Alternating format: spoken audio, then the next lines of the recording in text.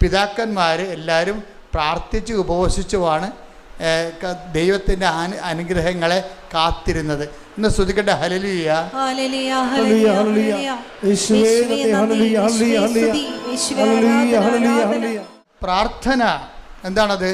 വിശ്വാസത്തിൻ്റെ പ്രകടരൂപം. പ്രാർത്ഥന. ഉപവാസം എന്താണത്? പ്രത്യാശയുടെ പ്രകടരൂപം. നമ്മൾ ഉപവസിച്ച എന്താ അർത്ഥം?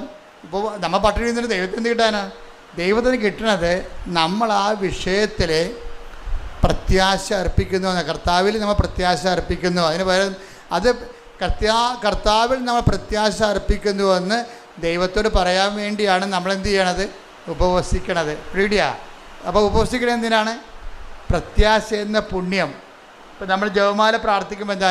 ഞങ്ങൾ പ്രത്യാശ എന്ന പുണ്യം ഉണ്ടായി വർദ്ധിക്കുവാൻ നിരത്തിക്കുവാനോട് അപേക്ഷിക്കണമേ. അതുതന്നെയാണ് നമ്മൾ ഉപവസിച്ചുകൊണ്ട് ദൈവത്തോട് പറയുന്നത്. എന്താണ്? ഞാൻ ഉപവസിക്കുന്നു. കാര്യം എന്താണ്? നിന്നിലുള്ള എൻ്റെ പ്രത്യാശയെ ഞാൻ പ്രകടിപ്പിക്കുന്നു.